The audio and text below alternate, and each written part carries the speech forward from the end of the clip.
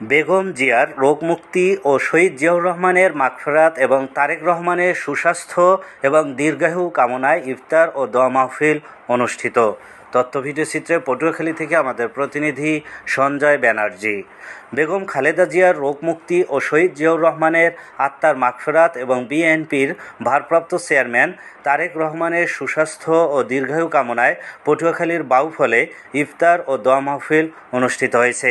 বৃহস্পতিবার বিকেল 5টায় কালাইয়া মাধ্যমিক বিদ্যালয় মাঠে কালাইয়া ইউনিয়ন বিএনপির অঙ্গ এবং তার সহযোগী সংগঠনের আয়োজনে ইফতার ও দোয়া মাহফিল অনুষ্ঠিত হয়।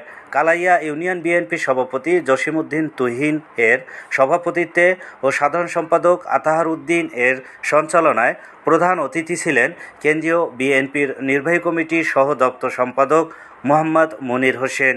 বিশেষ অতিথি ছিলেন বাউফল উপজেলা বিএনপির আহ্বায়ক আলহাজ আব্দুল জব্বার মৃধা, বাউফল উপজেলা বিএনপির সদস্য সচিব আপেল মাহমুদ ফিরোজ, বাউফল উপজেলা বিএনপির যুগ্ম আহ্বায়ক আব্দুল গনি শিকদার, বাউফল উপজেলা বিএনপির যুগ্ম আহ্বায়ক শ্যামুয়েল আহমেদ লেলিন সহ উপজেলা ও ইউনিয়ন এবং ওয়ার্ড বিএনপি ও তার সহযোগী সংগঠনের নেতাকর্মীরা।